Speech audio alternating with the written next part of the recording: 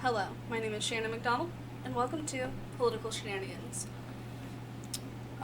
Today we're doing part 1 of our 8-part series into the Clintons' corruption.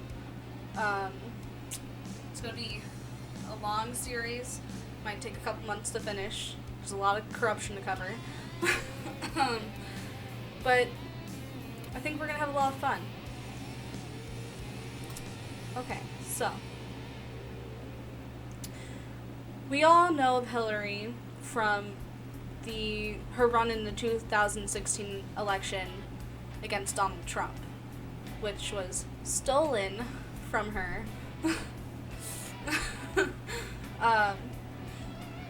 But not many of people my age know of her political background, which reaches back as far as 1968 and further. Back then, her name was Hillary Rodham, way before she married Bill. And she was the president of the Young Republicans Club at Welseley College. Then in 1968, after several high-positioned assassinations, MLK and Robert Kennedy, even though that makes no sense because Martin Luther King was a Republican, she became a Democrat. Makes absolutely no sense. But that's what she did, and then she went on to live a life of crazy democratic ideals. Another reason why we might remember Hillary in the past recent history would be through her Benghazi scandal.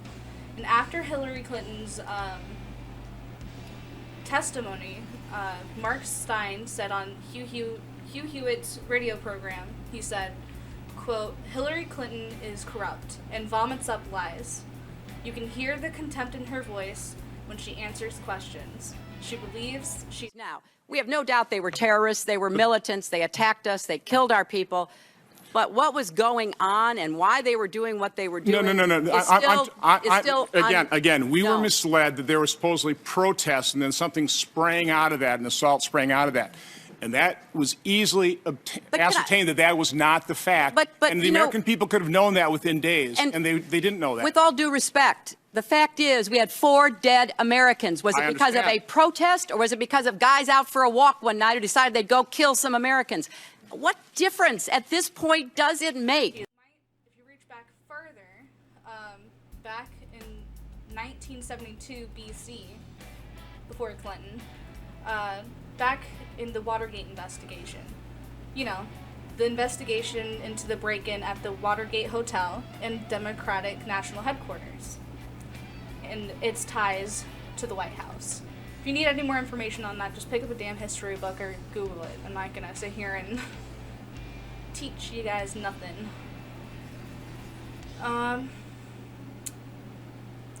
When the federal district judge ordered Nixon's secret tapes released, Dorr instructed some staff, including Hillary, which was odd, her being the junior staffer at the time, to play the tapes and hear the spoken evidence in all its rawness.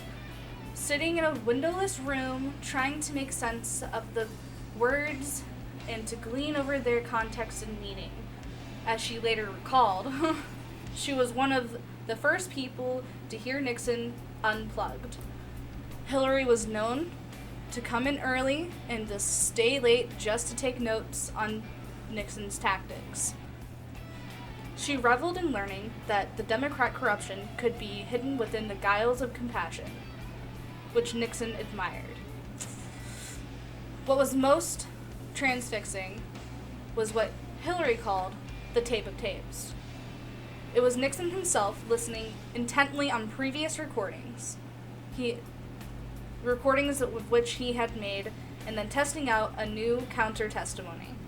While aides sat by, he justified and rationalized what he had previously said in order to deny or minimize his involvement on ongoing White House efforts to defy the laws and the Constitution. Hillary remembered. I would hear the president saying things like, "What I meant when I said that was," or "Here's what I was really trying to say." It was extraordinary to listen to Nixon's rehearsal for his own cover-up. End quote. In a sense, it would be her rehearsal too.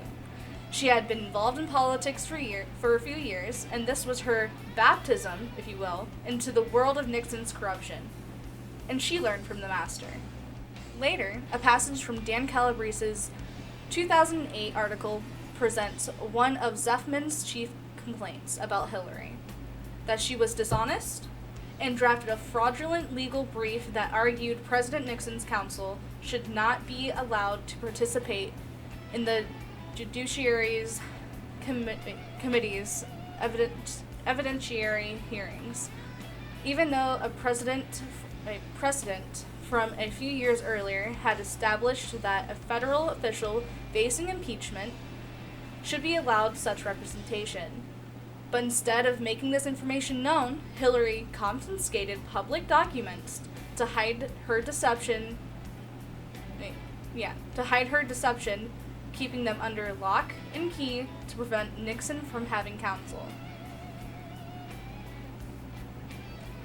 How, you might ask, how could a 27-year-old junior House staff member do all of that? Zeffman said she was one of the several individuals who engaged in a seemingly implausible scheme to deny Richard Nixon the right to counsel during the investigation.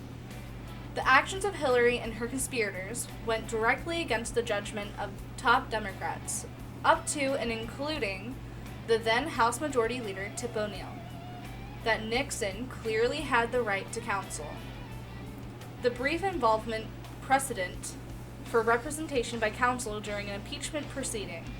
Zeffman told Hillary about the case of Supreme Court Justices William O'Neill Douglas, who faced an impeachment attempt in 1970. Quote, "As soon as the impeachment resolutions were introduced by then House Minority Leader Gerald Ford, and they were referred to the House Judiciary Committee, the first thing Douglas did was hire himself a lawyer," Zeffman said. End quote. The Judiciary Committee allowed Douglas to keep counsel, thus establishing the precedent. The Judiciary Committee allowed Douglas to keep counsel, thus establishing the precedent. This is where Hillary begins to into corrupt politics. Nixon designed all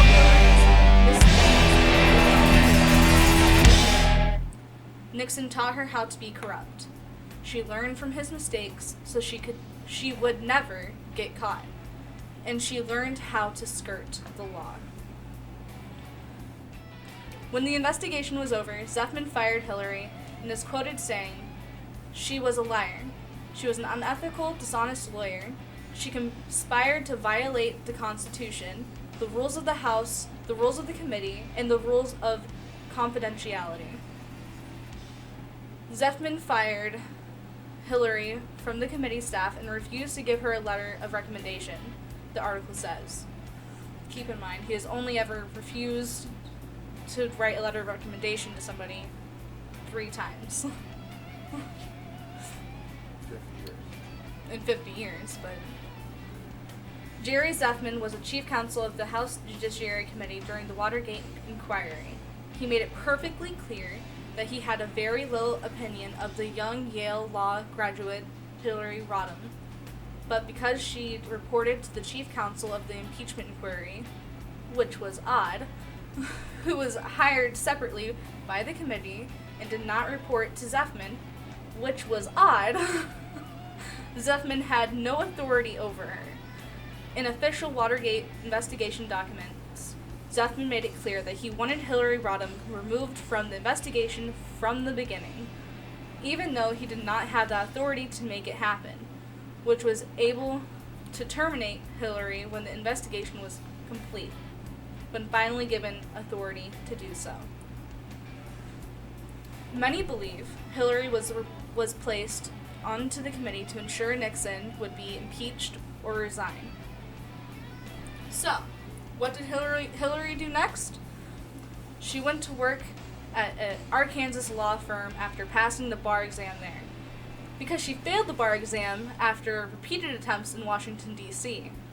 She would soon marry Yale law alumni Bill Clinton and start a career in state politics, where she could and will apply all she had learned in Washington, D.C. You mean all the good stuff? Oh, no, not all the good stuff. I'm talking about all those notes she took when she was, watching those tapes. She obviously didn't take notes at law school, or else she would have failed. She wouldn't have failed the bar exam so many damn times.